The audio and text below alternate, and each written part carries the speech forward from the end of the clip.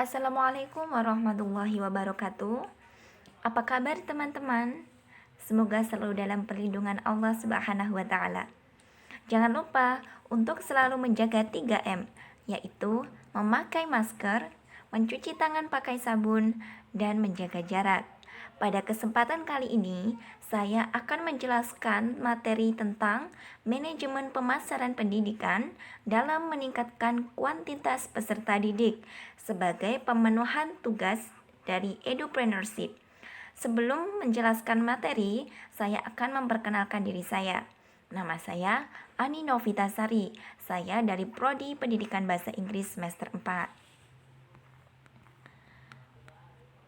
Materi yang akan kita bahas pada hari ini yaitu manajemen pemasaran pendidikan, fungsi dan konsep pemasaran, tujuan pemasaran jasa pendidikan, penerapan pemasaran pendidikan, karakteristik dan dimensi jasa pendidikan, peran manajemen pemasaran dalam meningkatkan kuantitas peserta didik. Yang pertama, kita akan membahas tentang manajemen pemasaran pendidikan. Manajemen pemasaran pendidikan dapat diartikan sebagai suatu proses sosial dan manajerial yang mana individu dan kelompok memperoleh apa yang mereka butuhkan dan inginkan dengan cara menciptakan serta saling menukar dan memanfaatkan jasa, kualitas dan kuantitas sekolah atau lembaga pendidikan, serta sistem pengajaran yang telah ditawarkan dalam kegiatan promosi atau penjualan dengan pemakai jasa pendidikan yaitu orang tua siswa atau wali murid. Yang kedua yaitu konsep dan fungsi pemasaran. Konsep pemasaran terdiri dari 4 konsep. Yang pertama yaitu konsep produksi. Konsep ini menyatakan bahwa menyukai produk yang tersedia dan selaras dengan kemampuan mereka. Konsep yang kedua yaitu konsep produk atau jasa. Konsep ini berpegang teguh bahwa konsumen atau pemakai jasa pendidikan akan menyayangi serta lebih memperhatikan ataupun perhatian terhadap jasa yang ditawarkan dengan standar mutu dan kinerja yang paling baik serta keistimewaan. Konsep yang ketiga yaitu konsep penjualan. Konsep penjualan menyatakan bahwa konsumen tidak akan membeli serta mencoba jasa yang ditawarkan, terkecuali lembaga pendidikan menjalankan suatu usaha promosi dan penjualan yang kokoh. Dan konsep yang terakhir yaitu konsep pemasaran masyarakat. Konsep ini menyatakan bahwa tugas sebuah organisasi adalah menentukan kebutuhan, keinginan, dan minat pasar sasaran dan memberikan kepuasan yang diinginkan secara lebih efektif serta lebih efisien dibandingkan para pesaing. Adapun fungsi pemasaran yaitu untuk mencapai hasil yang lebih baik dibandingkan dengan teknik pemasaran yang tidak dapat mencapai target jumlah siswa atau pengguna jasa pendidikan yang diinginkan. Adapun tujuan pemasaran jasa pendidikan. Tujuan pemasaran jasa pendidikan yaitu adanya pemasaran jasa pendidikan adalah membuat produk perusahaan atau lembaga yang kompetitif karena ada nilai perbedaan dengan kompetitor. Ada 5 faktor dominan atau penentu mutu layanan pendidikan, yaitu yang pertama keandalan, yaitu kemampuan guru atau dosen untuk memberikan jasa sesuai dengan yang dijanjikan, terpercaya, akurat, dan konsisten.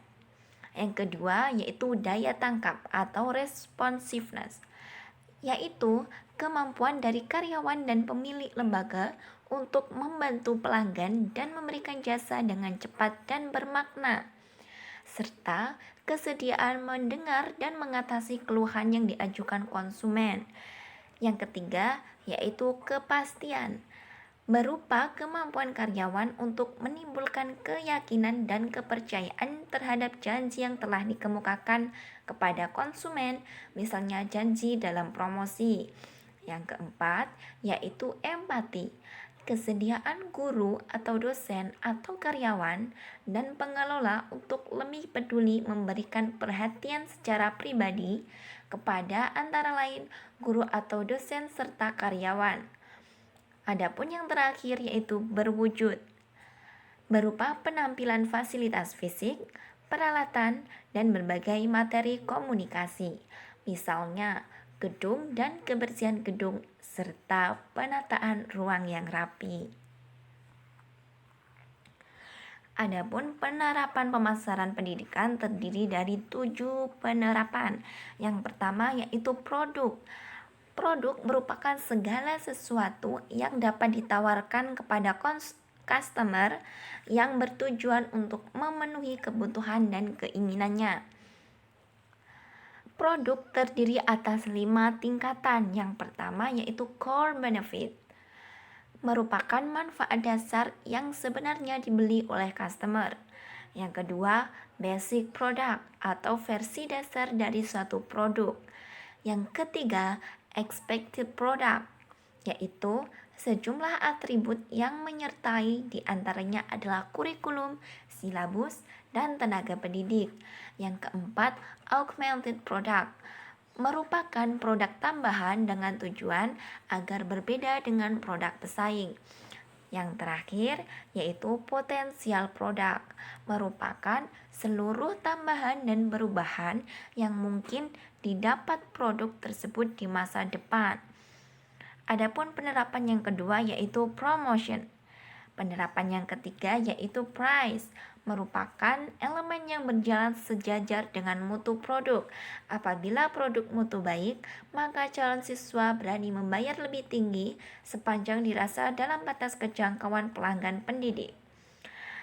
Yang keempat yaitu place, adalah letak lokasi sekolah mempunyai peranan yang sangat penting karena lingkungan di mana jasa disampaikan merupakan bagian dari nilai dan manfaat jasa yang dipersepsikan cukup berperan sebagai bahan pertimbangan dalam menentukan pilihan.